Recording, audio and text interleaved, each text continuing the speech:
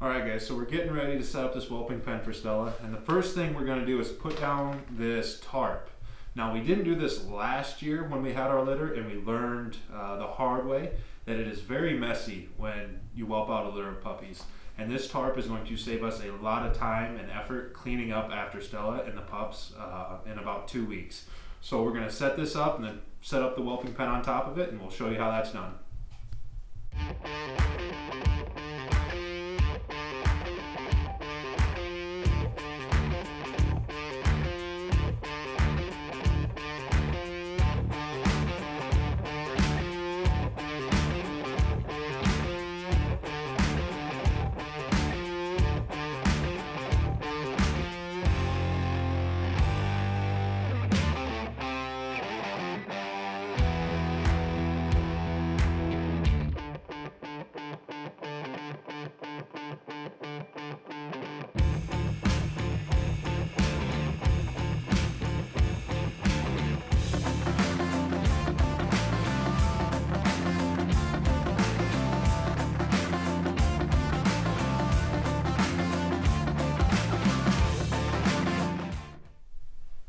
Okay, so the whelping pen was set up in about 5 minutes, literally including unwrapping the tarp from the packaging. So this is why we love this whelping pen.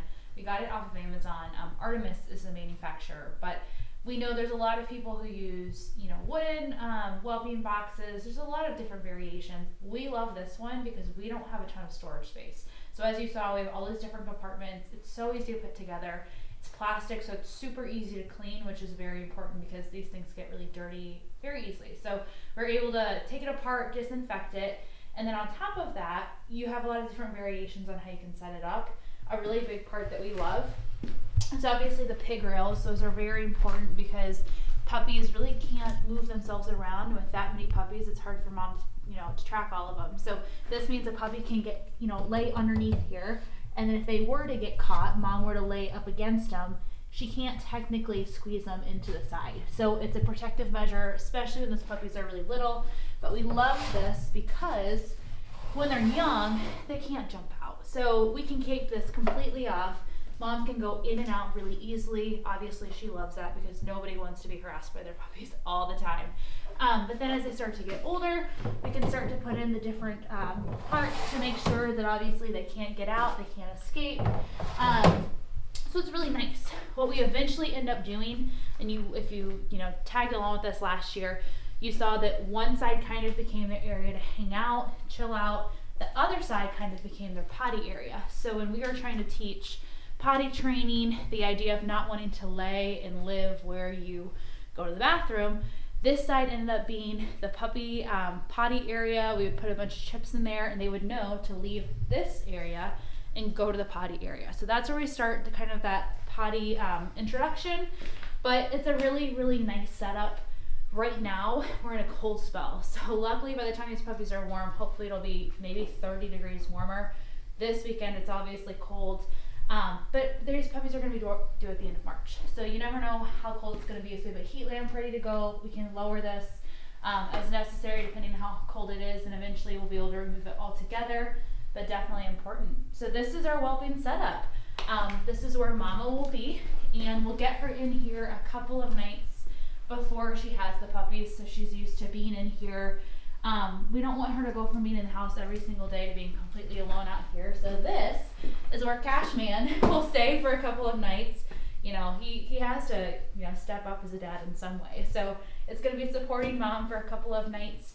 Even after she has the puppies, he'll probably spend maybe 2 nights in here just so that she's calm. She knows she has her buddy with her. And then Cash will get to come inside with us and be an only child for a couple of weeks, which he loves. So this is the setup.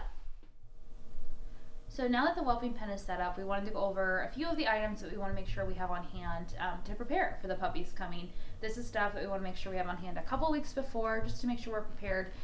We will actually post a separate video talking about what we think you need to have on hand as you welcome your puppy, but this is what we have on hand.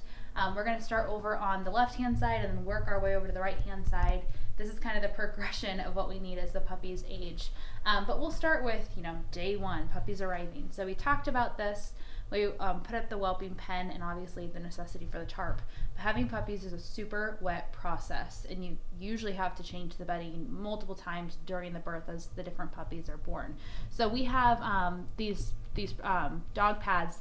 These are really, really nice. They're absorbent, but also, once again, they get filled up really quick. It's not very thick. So we have a lot of old t-shirts. We save those up. We save up the newspapers that we get every single day. And then we have these. And this is something that we have down on the tarp as well in the first couple of weeks as the puppies grow up, as they're able to kind of understand potty training. But before they get to that point, these are really big for us. We make a couple trips for those. The second thing that we have is a scale. So we're gonna weigh these puppies right after they're born, and we're gonna track their weight as they grow through the first couple of weeks. We do this daily because we wanna make sure the puppies are growing, and you can tell really quickly if a puppy is starting to maybe not grow as much as the others, or if they start to go in the opposite direction. It's something to be a little concerned about, so you'd wanna supplement. So this is something that we track pretty religiously.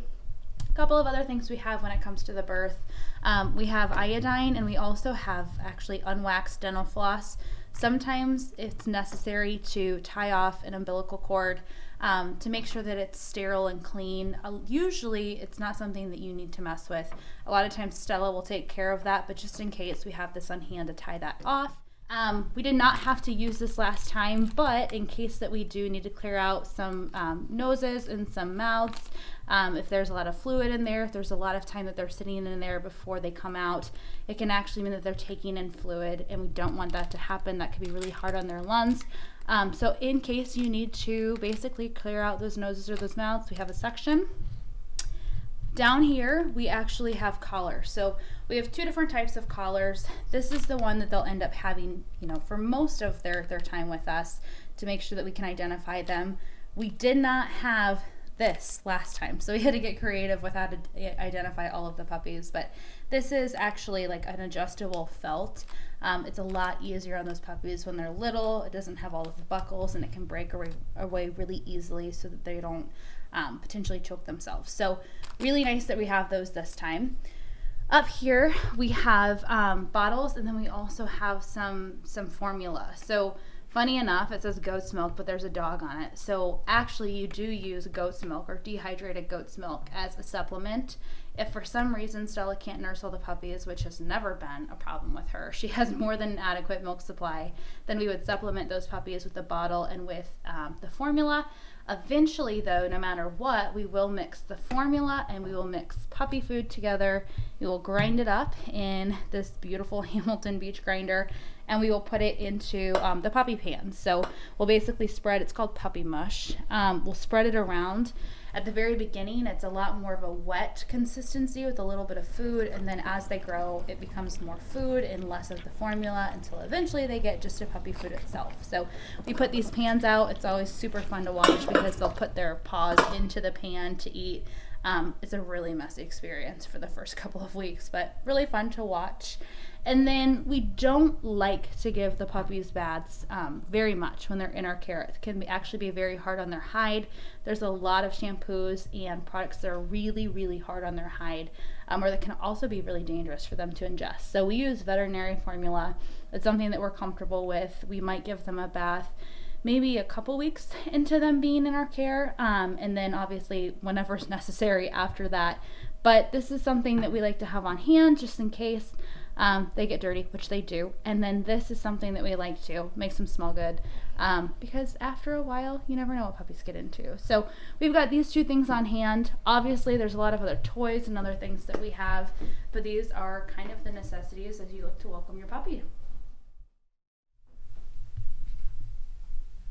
Now for the finishing touch.